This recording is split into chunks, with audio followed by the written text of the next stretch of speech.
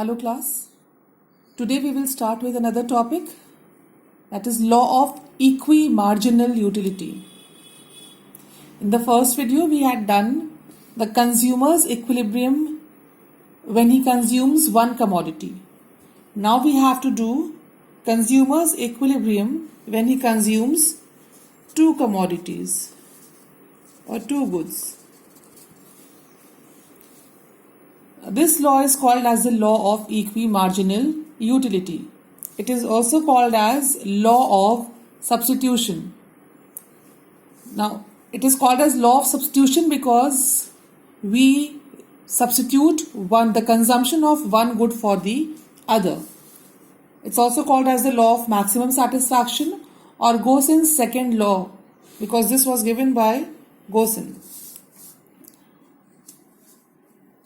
Now the statement of this law is a utility maximizing consumer must allocate his or her income among various commodities in such a way that the utility derived from the last unit of money on each commodity is same. That means satisfaction which the consumer derives from last unit of money on both the commodities should be same. Now last unit of money means marginal utility of money. In the last video we had done that how do we calculate MU of money? It is, say we have a commodity X, the marginal utility of commodity X is MU, and when we divide this marginal utility with the price of the commodity we get the marginal utility of money. That means the utility that we derive from 1 rupees. The utility that we derive by spending 1 rupees on commodity is called as the marginal utility of the commodity. Example, say we have a commodity X. The MU of commodity X is 50, 1 unit I am talking about, and we are paying rupees 10 for it. So for 1 unit we are paying rupees 10. 10 rupees is giving us a satisfaction of rupees 50. So what is the satisfaction derived by 1 rupees? You are applying unitary method here. 10 rupees is giving 50 rupees satisfaction. So 1 rupees will give you a satisfaction of 50 by 10. That is 5 utils. This is how we calculate the marginal utility of money. Now in the previous topic we have done, the condition for equilibrium is that mu x upon px should be equal to mu of money. Now this is for commodity X. Now if a consumer consume another commodity Y, what will be the mu of Y? Mu of money for Y? The mu of money for Y will be equal to marginal utility of Y upon, this is mu of money, marginal utility of Y upon price of Y. So we have these two equations, 1 and this is 2. Now if we try to see these two equations, mu x upon px is also equal to mu of money, and mu y upon py is also equal to mu m. So from these two equations we can also write that mu x upon px is equal to mu y upon py, which is equal to mu of money, isn't it? So from here we get the condition for consumer's equilibrium in case of two commodities. So what is the first condition? The first condition for equilibrium is that a consumer will maximize his satisfaction when the ratio of mu of x and price of x is equal to the ratio of mu of y to its price. So this is the first condition for consumer's equilibrium, that the ratio of mu to price of both the commodities should be equal. So whatever units of these two goods will have the same ratio will give him or her the equilibrium combination. Now, this is a necessary condition but not the sufficient one. We know that the income of the consumer is limited. See, the statement is saying the consumer must allocate his or her income. That means the income is limited. That limited income is to be allocated among various commodities to maximize the satisfaction. So the first condition for equilibrium is that MUX upon PX should be equal to MUY upon PY. And second condition is that the expenditure on both the commodities X and Y should be equal to the income of the consumer. That means he has to spend his entire income on the consumption of two commodities X and Y. So only when these two conditions are fulfilled, the consumer will attain equilibrium. Now let us understand this with the help of an example. Now income of the consumer is rupees 40. Price of two commodities X and Y we have taken as rupees 5 and rupees 10. Now this is the utility table. Now this law is an extension of law of diminishing marginal utility. So the condition, all the assumptions that we had taken in the DMU will apply here. Okay. Now we can see that the utilities of X and Y is given here. Okay. And you can see that the law of diminishing marginal utility operates here. The MU for both the commodities is falling as we increase the consumption. Next step is we have to find the ratios of MUX upon PX and MUY upon PY to find out the equilibrium combination of goods. That means how many units of X and how many units of Y will have the same ratio. Now let us understand this. Now this MUX upon PX, the value of MUX is 50. So 50 upon 5 is equal to 10. Then 45 upon 5 is equal to 9.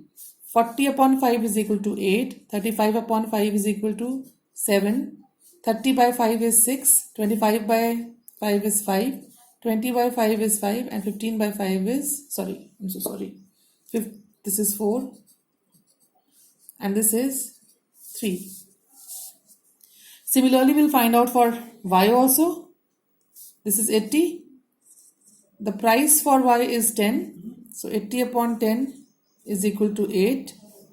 Then 70 by 10 is equal to 7. 60 by 10 is 6. 5, 4, 3, 2, 1. Okay.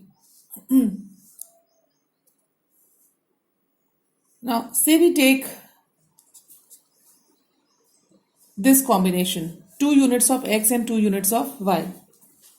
Now, when the consumer is consuming 2 units of X, he is getting a satisfaction per rupee which is equal to 9. And here he is getting a satisfaction of 7 utils. Now, in order to maximize the satisfaction, he can increase his consumption. From 9 he can switch to 8 units, 8 utils.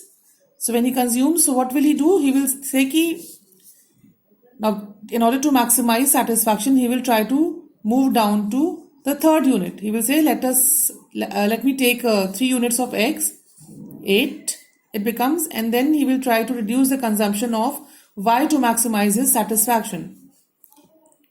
So he moves to this combination. Now the first condition, that is MUX upon PX is equal to MUY upon PY. MUX upon PX is 8 here and MUX upon PY is 8 here. So the first combination where the first condition for equilibrium is satisfied is when he consumes 3 units of X and how many units of Y? 1 unit of Y.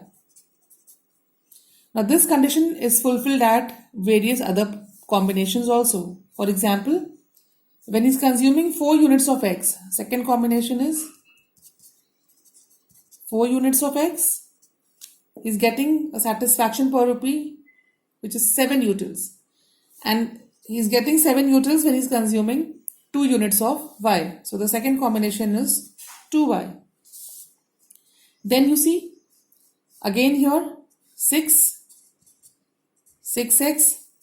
plus 3y, because here mu of money is 6 for 5 units,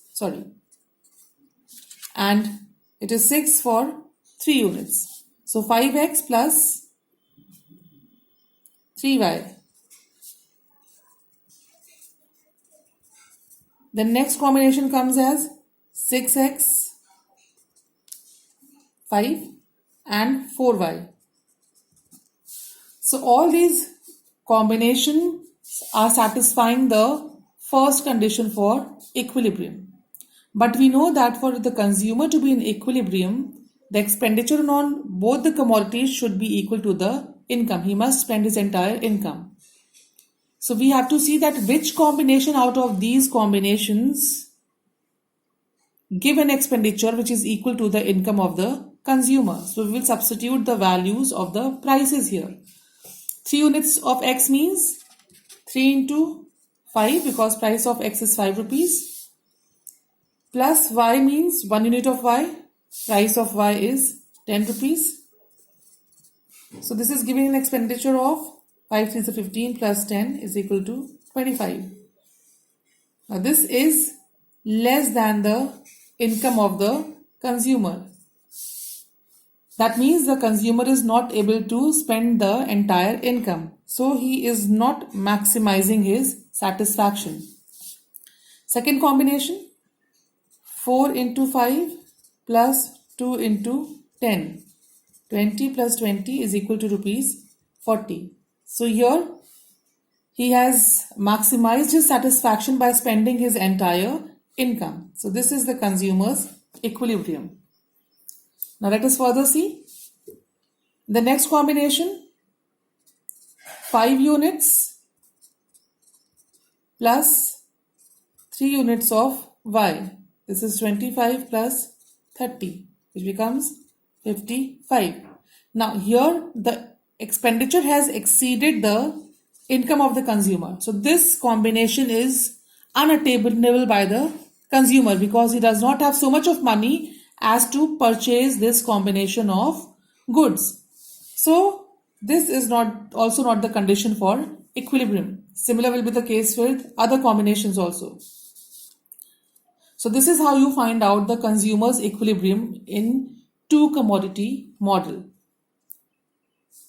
Now, when you are writing, you may be asked the question that explain the law of equimarginal utility, or explain that how does a consumer attain equilibrium when he consumes two goods.